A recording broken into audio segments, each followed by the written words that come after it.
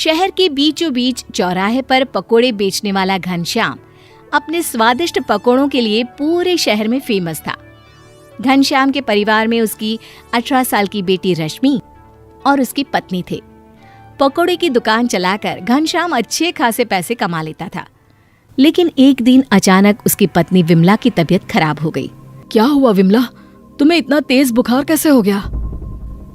पता नहीं पापा, सुबह तक तो माँ बिल्कुल ठीक थी, लेकिन कुछ दिनों से कह रही थी कि उन्हें कमजोरी महसूस हो रही है। कोई बात नहीं बेटा, हम तुम्हारी माँ को डॉक्टर के पास ले चलते हैं। वही हमें बताएंगे कि तुम्हारी माँ को क्या हुआ है। अरे रहने दीजिए, डॉक्टर के इलाज में बिना बात ही बहुत सारे पैसे खर्च हो जाएंगे। अरे कैसी बात कर रही हो विमला, तुम बीमार हो और मैं तुम्हें डॉक्टर के पास लेकर चलूंगा ताकि समय पर तुम्हारा इलाज हो सके और तुम जल्दी से ठीक हो जाओ। डॉक्टर चेकअप के बाद कहते हैं, देखिए, आपकी पत्नी को सही होने में अभी समय लगेगा और इनके इलाज में बहुत सारा खर्चा भी आएगा। आप खर्चे की चिंता ना करें डॉक्टर साहब, बस मेरी पत्नी ठीक हो जानी चाहिए। हाँ डॉक्टर साहब, मैं और पापा मेहनत करके खूब पैसे कमाएंगे।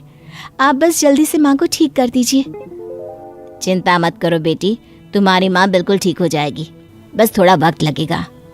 उसके बाद विमला का इलाज शुरू हो गया, लेकिन बीच में बार बार उसकी तबीयत खराब हो जाती थी। इसकी वजह से घनश्याम कई बार अपने काम पर भी नहीं जा पाता था।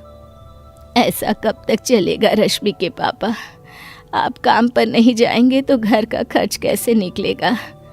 तुम क्यों चिंता करती हो? और कभी कभी तुम्हारी तबीयत इतनी खराब हो जाती है कि तुम ही बताओ, तुम्हें इतनी बुरी हालत में छोड़कर काम पर कैसे जा सकता हूँ? लेकिन अगर आप काम पर नहीं गए तो कैसे काम चलेगा? वैसे ही मेरी बीमारी ने हमारे खर्चे इतने बढ़ा दिए हैं। बड़ी मुश्किल से रश्मि की शादी के लिए पैसे इकट्ठे किए थे। माँ, मेरी शादी की चिंता ना करे। जब तक आपकी तबीयत ठीक नहीं होगी तब तक मेरी शादी कैसे अच्छे से होगी? पहले आप ठीक हो जाइए, उसके बाद सब कुछ हो जाएगा। अगले दिन घनश्याम अपने पकोड़े का ठेला लेकर काम पर जाने लगता है। पापा, मैंने आपके ठेले पर पकोड़ों का सारा सामान बनाकर रख दिया है, आपको कोई परेशानी नहीं आएगी। लेकिन फिर भी अगर कोई काम हो तो आप मुझे बता दीजिएगा। तुम्हारे जैसी बेटी हो ना, तो माँ बाप कभी दुखी नहीं रह सकते।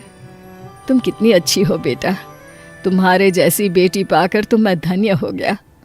ऐसा क्यों कह रहे हैं पापा? घर के काम करना तो मेरी जिम्मेदारी है। शाम को जब घनश्याम लौटकर वापस आता है तो काफी दुखी लग रहा था। क्या हुआ पापा, सब ठीक तो है ना? आप इतने उदास क्यों हैं?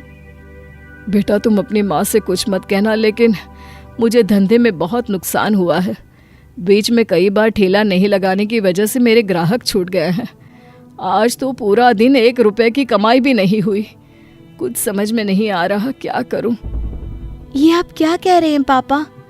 सच कह रहा हूं बेटा, पूरा दिन धूप में खड़ा रहा, सारे पकोड़े भी बेकार गए, एक ग्राहक नहीं आया।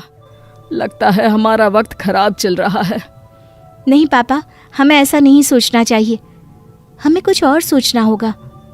कुछ और का क्या मतलब बेटा? पापा, हमें कुछ ऐसा करना होगा जिसकी वजह से आपके पुराने ग्राहक भी वापस आ जाए और साथ में आपके पकोड़े की दुकान फिर से फेमस हो जाए। लेकिन ऐसा कैसे होगा? और कुछ भी नया काम शुरू करने के लिए तो मेरे पास पैसे ही नहीं बचे बेटा। ऊपर से तुम्हारी माँ की तबीयत भी। मेरे पास एक आइडिया है पापा। अब तक आप जो पकोड़े बनाकर बेचते थे वो तो शहर में और भी लोगों के पास मौजूद है। क्यों ना आप कुछ नया बनाएं? नया मतलब? पकोड़े में क्या नया बन सकता है? पापा, मैगी के पकोड़े बनाना शुरू कर दीजिए ना। मैगी बच्चों को भी बहुत पसंद होती है और मैगी के पकोड़े बहुत ही अलग हटकर होते हैं। तुम्हें सच में लगता है कि लोग मेरी दुकान पर मैगी के पकोड़े खाने आएंगे? हाँ पापा, जरूर आएंगे। ठीक है बेटा, अगर तुम कहती हो तो कोशिश करके देखता हूँ। जानते हैं पापा, मैगी के पकोड़े बनाने में आपको ज्यादा मेहनत भी नहीं करनी पड़ेगी, बहुत आसानी से बन जाएंगे। चलिए मैं ही सिखा देती हूँ आपको। रश्मि ने अपने पापा घनश्याम को मैगी के पकोड़े बनाने की रेसिपी सिखा दी। अगले दिन सुबह जब घनश्याम अपना ठेला लेकर काम के लिए निकल गया और शाम को वो लौटकर वापस आया तब। पापा बताइए, कैसा रहा आपका दिन? और वो मैगी के पकोड़े खाने ग्राहक तो आए ना? नहीं बेटा, आज भी कोई बिक्री नहीं हुई, सारा माल खराब हो गया। मुझे नहीं लगता तुम्हारा आइडिया काम आएगा। पापा, आप इतनी जल्दी हिम्मत क्यों हारते हैं? कोई बात नहीं, कल मैं भी आपके साथ चलूंगी। लेकिन तुम्हारी माँ बीमार है, वो घर पर अकेली कैसे रहेगी? आप माँ की चिंता ना करें, पड़ोस वाली काकी को बोलकर जाऊंगी कि वो माँ के पास रुक जाए। अगले दिन रश्मि भी घनश्याम के साथ जाती है। वहां जाकर रश्मि ने देखा कि कोई भी ग्राहक घनश्याम के ठेले पर नहीं आ रहा था। अभी देखिएगा पापा, बहुत सारे ग्राहक आपकी दुकान पर आएंगे। अच्छा, लेकिन तुम ऐसा क्या करोगी? रश्मि ने जल्दी से एक कागज उठाया और उस पर लिख दिया, आपके शहर में पहली बार पेश है मैगी के पकोड़े, बड़ों के साथ बच्चों की भी पसंद। अरे वाह बेटा, तुमने तो बहुत जल्दी इतना सुंदर पोस्टर बना दिया। देखना पापा, इसे पढ़कर बहुत जल्दी आपकी खूब सारी बिक्री होने वाली है। रश्मि के पोस्टर लगाने के कुछ ही देर बाद एक बड़ी सी कार वहां आकर रुकी।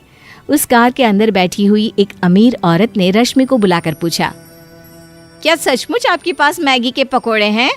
जी मैडम, मेरी बेटी को मैगी बहुत पसंद है, एक प्लेट पकोड़े दे दीजिएगा। घनश्याम जल्दी से दौड़कर मैगी के पकोड़े बनाकर उस अमीर औरत को दे देता है। पकोड़े खाने के बाद, अरे वाह, इनका स्वाद तो बहुत अच्छा है और बहुत अलग हटकर। मेरी बेटी का बर्थडे 2 दिन बाद है और मैं आपको पकोड़े के लिए एक बड़ा ऑर्डर देना चाहती हूँ। जी बिल्कुल मैडम, आप जितना बड़ा ऑर्डर देंगे हम बनाकर तैयार कर देंगे और सही वक्त पर आपके घर भी पहुँचा देंगे। ठीक है, लगभग 100 लोग पार्टी में आने वाले हैं, आप उनके लिए पकोड़े बनाकर मेरे घर डिलीवर कर देना और ये लीजिए एडवांस पैसे। उस औरत के जाने के बाद, अरे वाह रश्मि बेटा, आज तुम्हारी बुद्धिमानी की वजह से हमें इतना बड़ा ऑर्डर मिला है। पापा, अब आप देखना, आपकी पकोड़ों की दुकान पहले से भी ज्यादा अच्छी चलेगी और हमारी गरीबी वाले दिन भी ज्यादा नहीं रहेंगे। तुमने बिल्कुल ठीक कहा बेटा, तुम्हारी बुद्धिमानी की वजह से अब हमें गरीबों वाली जिंदगी नहीं जीनी पड़ेगी और तुम्हारी माँ का इलाज भी अच्छे से हो जाएगा। एकता संतोषी की बड़ी बहू है। एकता बहू कम घर की सास बनने की ज्यादा कोशिश करती। हर चीज में एकता ऐसा दिखाती कि वो इस घर की मालकिन है। हर चीज उससे पूछकर ही होनी चाहिए और उससे बेहतर किसी को कुछ नहीं आता। एक रोज संतोषी एकता से कहती है, पूनम, अब तेरे देवर की भी शादी करनी होगी। मेरी बूढ़ी हड्डियों में अब जान ही नहीं है।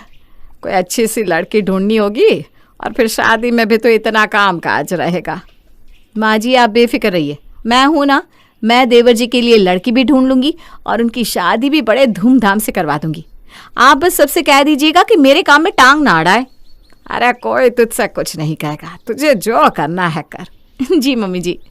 एकता खुश हो जाती है और मन ही मन सोचती है, मैं इस घर की मालकिन हूँ, अब मैं भी सासू माँ की तरह अपनी देवरानी पर हुकूमत करूंगी।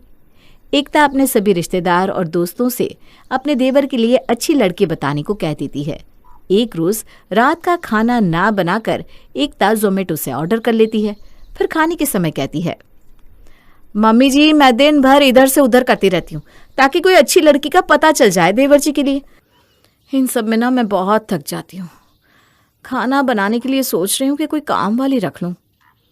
अरे बाबा, लड़की ढूंढनी है, कोई लोहा नहीं तोड़ना है जो तुम थक जाती हो। खाने वाली रखना है तो रख लो, उसमें कोई बात नहीं है।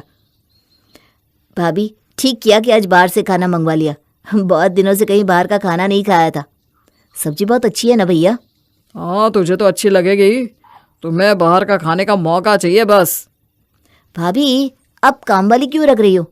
जोमेटो है ना, जब खाना ना बना पाओ तो आज की तरह ऑर्डर कर लेना। अरे बहुत थक जाती हूँ मैं। बहू जो तुझे ठीक लगता है कर, पैसे भी अब तुम्हें ही घर संभालना है। एकता अब और भी शेर हो जाती है क्योंकि अब घर में उसी की चलती। सास से खुला ऑर्डर पाकर एकता के पर और भी ज्यादा निकल जाते हैं। दिन बीतने लगते हैं। फिर एक रोज आनंद के दोस्त विपुल को पता चलता है कि आनंद अपने भाई के लिए लड़की देख रहा है। विपुल आनंद से कहता है, दोस्त कुछ बात करनी थी तुझसे। अरे बोल ना यार, तुझे इतना क्यों सोचना पड़ रहा है मुझसे कुछ बोलने में? बेधड़क बोल, तू मेरा दोस्त है, मेरा भाई है। यार मैंने सुना है तू आयुष के लिए लड़की देख रहा है। हाँ भाई, लेकिन कोई ढंग की लड़की मिले तब ना।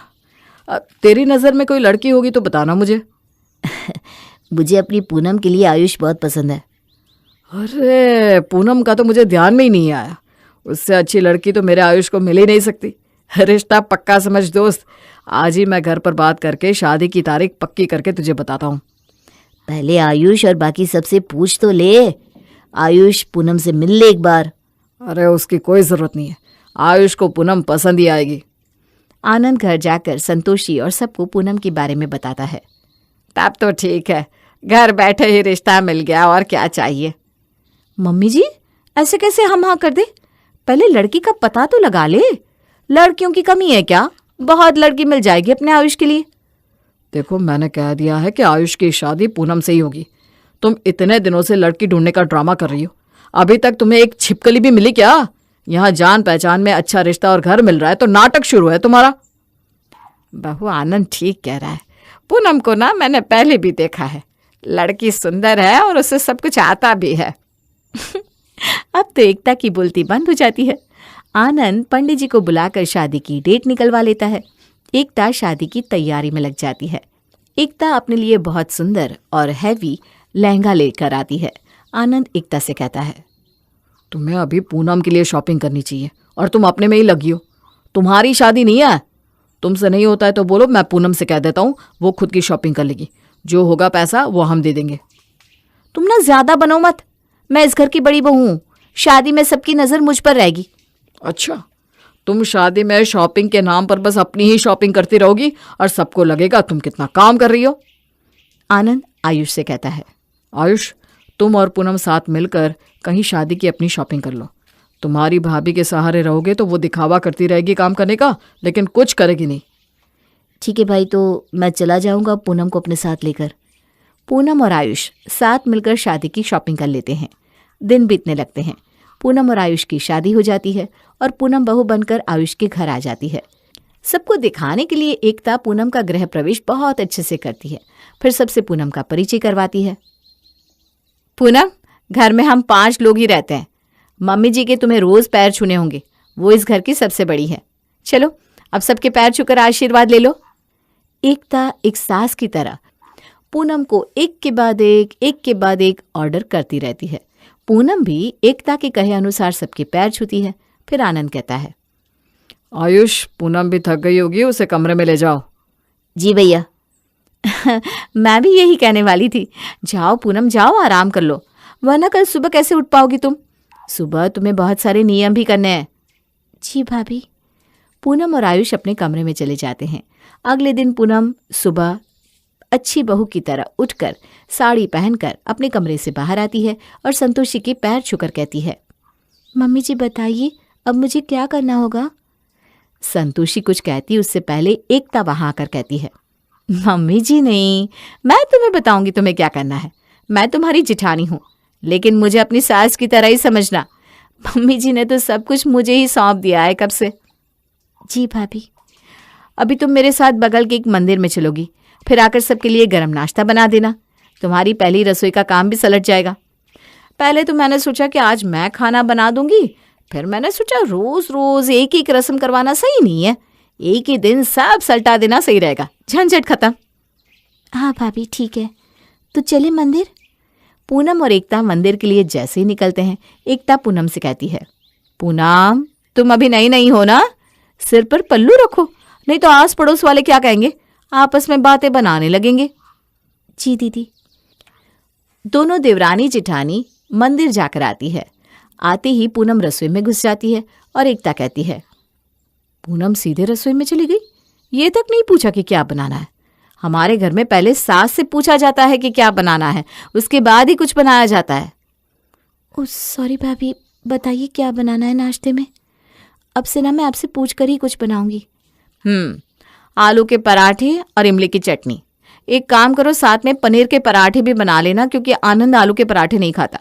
मीठे में खीर बना लो, खीर मुझे बहुत पसंद है, उसमें बहुत सारे ड्राई फ्रूट्स डालना। हाँ भाभी। पूनम नाश्ता बनाती है और सबको परोसती है। नाश्ता खाकर सब खुश हो जाते हैं और आनंद 1100 रुपये निकालकर उसी समय पूनम के हाथ में रख देता है। खाना लाजवाब बनाया पूनम। भैया, पैसों की क्या जरूरत थी? अरे भाई, कैसे जरूरत नहीं है, खाना सही में बहुत अच्छा बनाया। हाँ, खाना तो अच्छा है। सब कोई पूनम को कुछ न कुछ देते हैं। पूनम सबको खिला पिलाकर अपना खाना खाने बैठती है। पूनम को खाता देख एकता कहती है, पूनम ये क्या, तुम नई थाली लेकर खा रही हो? पत्नी का धर्म है अपने पति की झूठी थाली में खाए। हमारे घर में सब अपने पति की झूठी थाली में ही खाते हैं। भाभी मुझे पता नहीं था, लेकिन कल से मैं इनकी थाली में ही खाऊंगी। लेकिन भाभी आप तो अभी अपनी प्लेट में खा रही थी। पूनम की बात सुनकर एकता के तोते उड़ जाते हैं और वो 2 मिनट के लिए शांत हो जाती है। फिर वो धीरे से कहती है, मैं तो तुम्हारे भैया की थाली में ही खाती हूँ, लेकिन क्या कहूँ, तुम्हारे भैया कम नहीं है। उनकी जिद तो तुम जानती हो ना, अपनी झूठी थाली सीधा उठाकर खुद ही धो देते। मैं मजबूरी में कुछ कर भी तो नहीं सकती, वरना मैं कभी नहीं खाती ऐसे। मैं नियम कानून की पक्की हूँ। पूनम एकता की बात सुनकर मन ही मन सोचती है, मेरी जेठानी तो बहुत नियम कानून वाली है, मैं वैसा ही करूंगी जैसा भाभी कहेंगी। पूनम खा पीकर अपने कमरे में आराम करने चली जाती है। थोड़ी देर बाद एकता पूनम के कमरे में जाकर कहती है, पूनम, घर की बहू बेटी सुबह के समय सोती नहीं। अभी 2 बजे दोनों भाई दुकान से आ जाएंगे। तुम दोपहर का खाना बना लो, नहीं तो फिर देर हो जाएगी ना। चलो फटाफट खाने में लग जाओ। चावल, दाल, रायता, रोटी और आलू की सूखी सब्जी बना लेना। सलाद और धनिया की चटनी मैं कर दूंगी। तुम अकेले क्या क्या करोगी? मुझे ठीक नहीं लगता अकेले सारा काम किसी एक पर छोड़ देना। ठीक है भाभी, आप चलो, मैं आती हूँ। पूनम उसी वक्त उठकर रसोई में चली जाती है और दोपहर के खाने में लग जाती है। एकता हॉल में बैठकर टीवी देख रही थी। फिर थोड़ी देर बाद जब सारा खाना बन जाता है और सबके आने का वक्त होता है तो एकता कहती है, चल एकता, रसोई में चल। सबको लगना चाहिए ना कि मैं भी बैठी नहीं हूँ, काम कर रही थी। एकता रसोई में जाती है और पूनम से कहती है, पूनम जाओ, तुम आराम से बैठो, मैं चटनी और सलाद बना देती हूँ। पूनम काम करके हॉल में आती है। जैसे ही वो बैठती है वैसे ही आनंद और आयुष दुकान से आ जाते हैं। बहुत जोरों की भूख लगी है, खाना लगा दो। रसोई से पसीना पोंछती हुई एकता निकलती है और पूनम से कहती है, पूनम, सबका खाना लगा दो। जी भाभी, अभी लगाती हूँ। पूनम सबका खाना लगाती है। एकता, पूनम कल ही आई है और तुम तब से घर के कामों में उसे लगा रखी हो, ये सही बात नहीं है। हाँ भी ना, मुझे इतना बुरा समझते। मैंने उसे कोई काम पर नहीं लगाया। अब पहली रसोई बनाने का नियम होता है, वो तो करना पड़ेगा ना। और दोपहर के खाने में मैं बराबर उसके साथ ही लगी थी काम में। अच्छा, चलो तब तो सही है। पूनम भी जल्दी इस घर में ढल जाएगी। एकता बहू, नाम की तरह तूने घर को भी जोड़े रखा है। हमेशा इसी तरह तू सब कुछ संभाल कर रखना। मम्मी जी, ये भी कोई कहने वाली बात है? सबको ये लगता है कि दोनों देवरानी जिठानी ने मिलकर खाना बनाया है, लेकिन खाना पूनम ने बनाया था। एकता की तो मौज हो जाती है।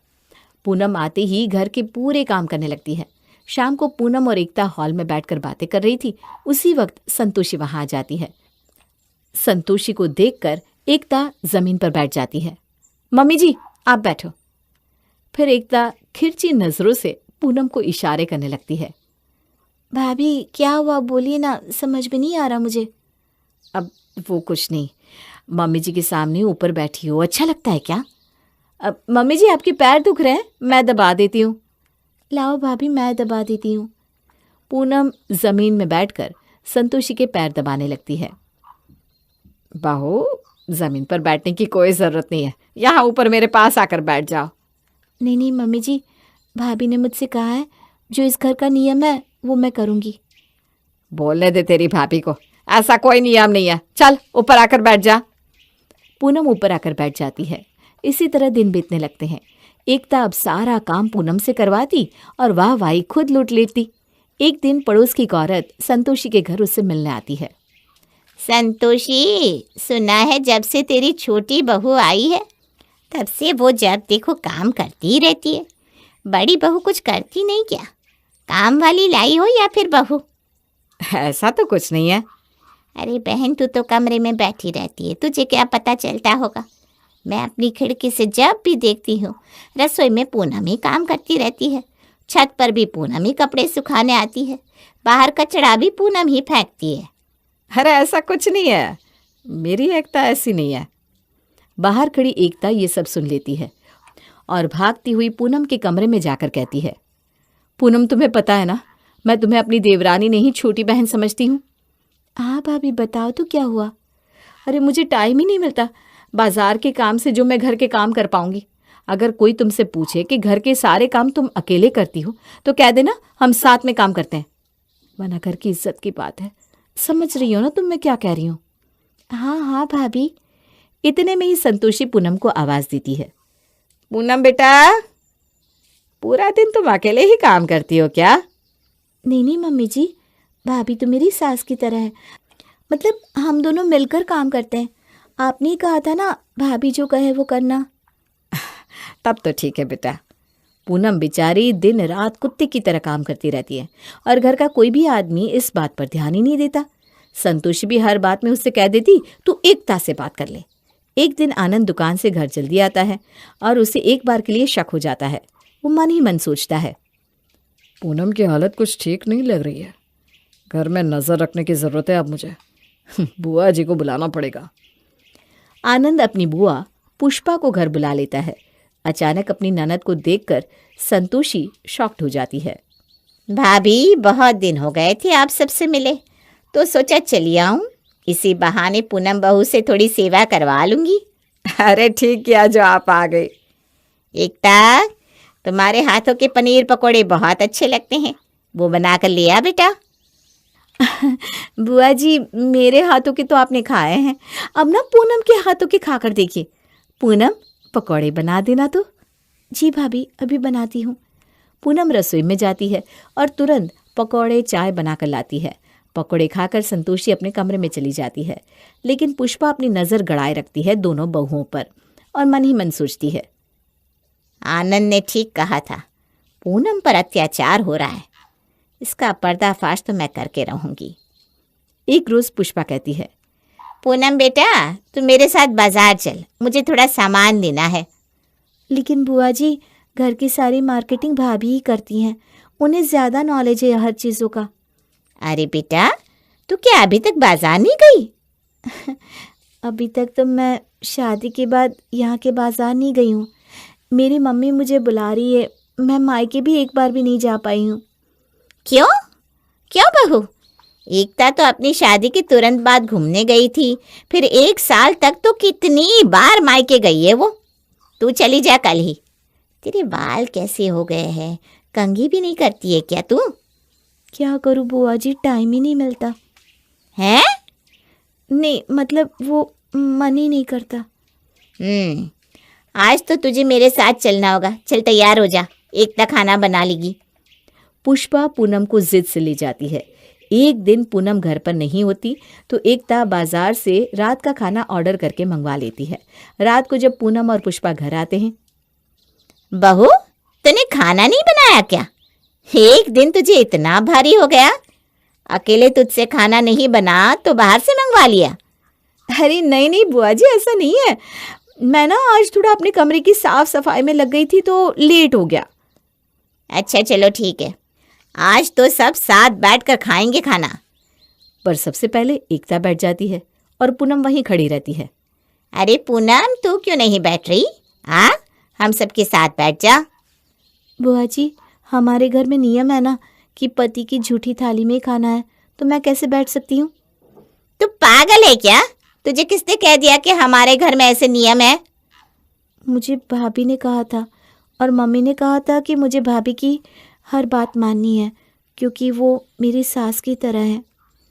इतना कहते ही पूनम चक्कर खाकर गिर जाती है।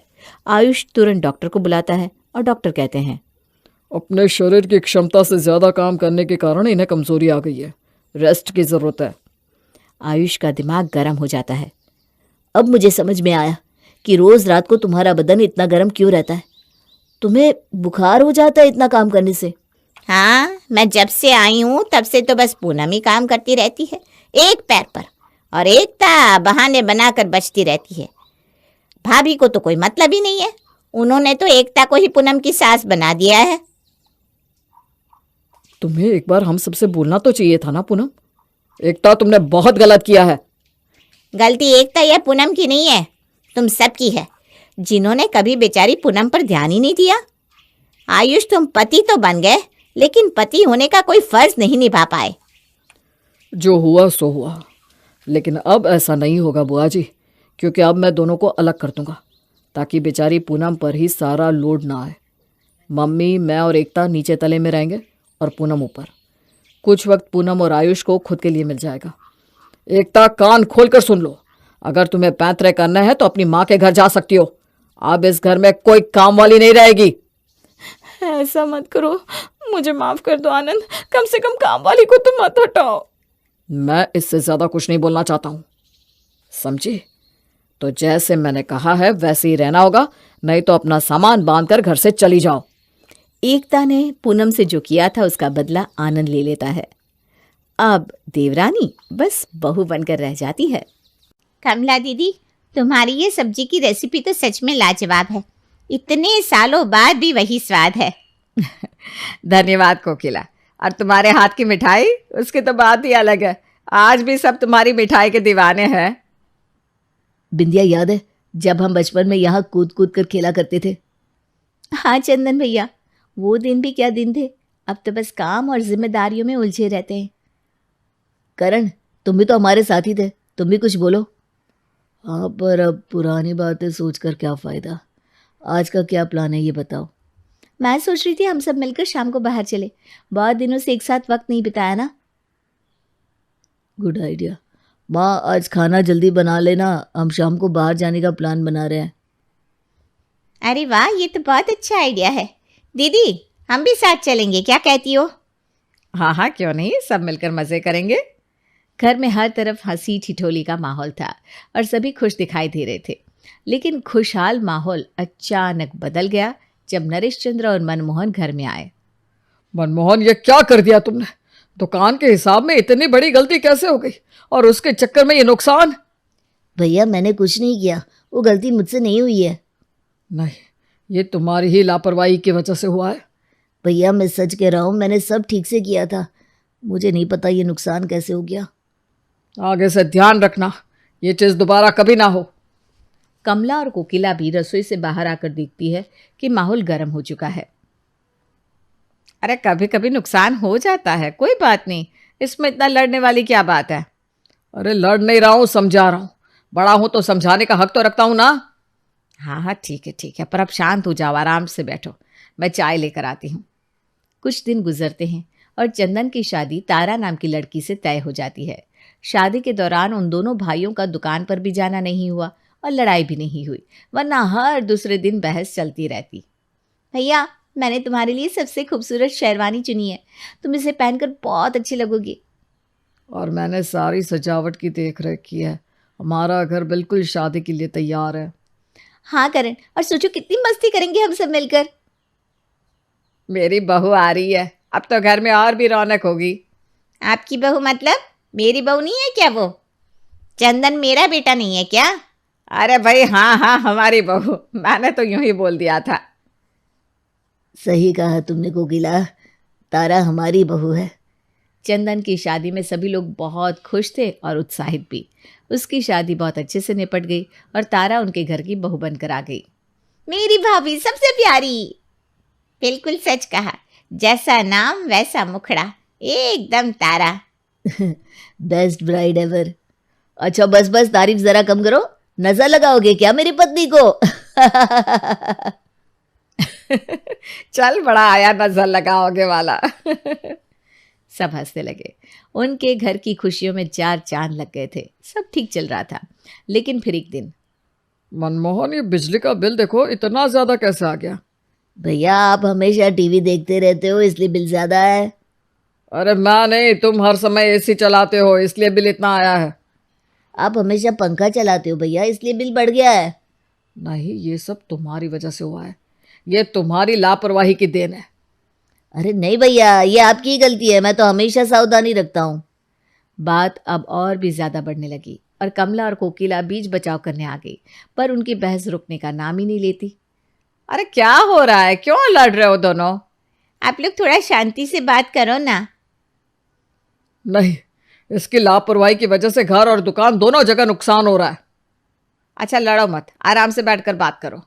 भैया, मैंने कुछ गलत नहीं किया, आप ही हमेशा मुझे गलत समझते हो। अरे तुम ही सब खराब कर रहे हो, क्यों समझते नहीं हो ये बात? अरे चुप हो जाओ, बच्चे देख रहे हैं। दीदी, इन्हें समझाना बेकार है। पता नहीं क्या हो गया है पिछले कुछ समय से दोनों को। हुआ यह है कि अब तुम्हारा पति शायद काम नहीं करना चाहता, इसलिए दुकान के सारे काम बिगाड़ रहा है। ऐसा कुछ नहीं है, मैंने कोई काम बिगाड़ा नहीं है। अरे पर यह भी तो हो सकता है कि वो किसी और की गलती हो। आप लोगों की दुकान में एक मुनीम जी भी तो है ना, उनसे बात करिए। मुनीम जी पिताजी के समय के काम करने वाले हैं, मैं उनकी ईमानदारी पर शक नहीं कर सकता। हाँ, लेकिन मुझे भला बुरा कह सकते हो? हाँ, क्योंकि तुम कभी काम ढंग से सीख ही नहीं पाए। याद नहीं है पिताजी कितना मारा करते थे तुम्हें काम के लिए? मार तो आपको भी अच्छी पड़ती थी। हाँ, लेकिन मैं मार खाकर सीख तो गया, तू सीख ही नहीं पाया। पिताजी सही कहते थे, तेरा कुछ नहीं होगा। अब आप मेरे बच्चों के सामने मेरी बेइज्जती कर रहे हो भैया। बेइज्जती उनकी होती है जिनकी इज्जत होती है। बस बहुत हो गया, चलिए खाना लग रहा है, खाना खाइए। पर भाभी। नहीं, अब कोई बात नहीं, जितनी बात होगी उतनी बढ़ती जाएगी। खत्म करो और चल के खाना खा लो। उस समय तो वो लोग खाना खाने चले जाते हैं, लेकिन 2 दिन गुजरे नहीं और फिर से लड़ाई शुरू हो गई। और इस बार ये लड़ाई काफी बड़ी थी। तुझे आखिर मुझसे दुश्मनी क्या है, ये बता। दुश्मनी मुझे नहीं, आपको है। इसीलिए आपको लगता है कि दुनिया जहां के सारे गलत काम मैं ही करता हूं। मैंने तुझसे नया माल लाने को कहा था, क्योंकि वो मार्केट में अभी कहीं नहीं है, लेकिन हमारी दुकान में आने से पहले वो सामने वाली दुकान में आ गया। ये कैसे हुआ? अरे मुझे क्या पता, क्या मालूम उन्हें किसने बताया। हाँ, तुझे तो कुछ पता ही नहीं है, लेकिन अब एक बात मैं तुझे बता देता हूँ और ये कान खोल कर सुन ले, वरना फिर कहेगा मुझे ये नहीं पता था। हमारा बहुत बड़ा नुकसान हो गया है, सारे ग्राहक उधर जा चुके हैं और इसकी वजह तू है। अरे ये भी तो हो सकता है कि उन्हें आपने बताया हो। हाँ, तू मुझ पर इल्जाम लगा रहा है? मैं भला ऐसा क्यों करूंगा? मैं अपनी ही दुकान का नुकसान क्यों करूंगा? तो ये बात आप मेरे बारे में क्यों नहीं सोच रहे? मैं अपना नुकसान क्यों करूंगा? क्या पता तुझे कोई लालच मिल गया हो। तुझे याद है ना, तू जॉब करने निकला था, पर जब वो तुझसे हुई नहीं तो तू दुकान पर आकर बैठ गया। अब यहां से कुछ बेहतर मिल गया होगा तो उधर चल दिया। मैंने कभी अपनी जिंदगी में भी नहीं सोचा था कि आप मुझ पर इतना बड़ा लांछन लगाओगे। मैंने भी कभी जिंदगी में नहीं सोचा था कि तू ऐसा काम करेगा। अब मैं तेरे साथ काम नहीं कर सकता और ना ही रह सकता हूं। अलग हो जा तू।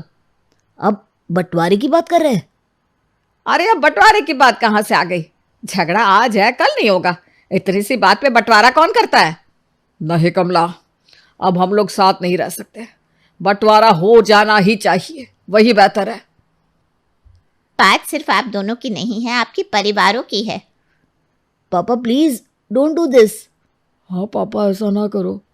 प्लीज नो, ये बहुत गलत है। आपको परिवार की फिक्र नहीं है तो कम से कम व्यापार के बारे में तो सोचिए। अलग होने से बहुत नुकसान होगा। नुकसान तो वैसे भी हो ही रहा है। दीवार खड़ी होने में तो टाइम लगेगा, तब तक के लिए बीच में एक लाइन खींच दो। उधर वाला हिस्सा तुम्हारा, इधर वाला हमारा। करण, देखते रहना, लाइन सही से खींचे। सब लोग मना करते रहे, लेकिन नरेश चंद्र और मनमोहन ने किसी की नहीं सुनी। बंटवारा हो चुका था। वो दोनों तो ऐलान करके अपने अपने कमरे में चले गए, पर घर में मातम छा चुका था। ये क्या हो गया? ऐसा तो मैंने सपने में भी नहीं सोचा था। ये लोग पागल हो गए हैं। अरे पापा के बारे में कैसे बोल रहे हैं आप? तो और क्या बोलूं? झगड़े को सुलझाने के बजाय इतना बढ़ा दिया कि बंटवारा कर दिया। I can't believe this. पता नहीं हमारे घर को किसकी नजर लग गई है। हे भगवान, अब क्या होगा? कमला, चंदन, तुम लोग वहां खड़े क्या बतिया रहे हो? जाकर सो जाओ। कोकिला, करण, बिंदिया, तुम लोग क्या बहुत सत्संग कर रहे हो? चलो इधर आओ फौरन। अगले दिन दोनों भाई दुकान पहुंचे तो दुकान का भी बंटवारा कर दिया। दुकान की ये वाली साइड मेरी है और वो वाली तेरी। ये वाली मेरी क्यों नहीं? इसमें ऐसा क्या खास है जो खुद रख रहे हो? अरे सामान बराबर बराबर बांट दिया जाएगा, साइडों में कोई फर्क नहीं है। लेकिन ये तुझ मंद बुद्धि को भला कहां से समझ में आएगा? भैया, इस बाजार में मेरी भी कुछ इज्जत है, तमीज से बात करिए, वरना मैं भी लिहाज भूल जाऊंगा। अरे आप दोनों को क्या हो गया है? ये आप कैसे बात कर रहे हैं? इस दुकान का बंटवारा हो रहा है मुनीम जी, और ये आपका काम है कि इस दुकान का सारा सामान आप आधा आधा बांट दे, पूरे न्याय के साथ। मैं खुद भी कर सकता था, लेकिन मुझ पर किसी को भरोसा नहीं होगा ना। किसी का क्या मतलब है? मेरा नाम लेकर बात करिए ना। हाँ, मुझे भरोसा नहीं होगा। मुनीम जी, आप सामान बांटिए। पर ये दुकान आपके पिता की विरासत है, आप लोग इसे बांट क्यों रहे हैं? अरे आपसे जितना कहा जा रहा है वो करिए, ज्ञान मत दीजिए।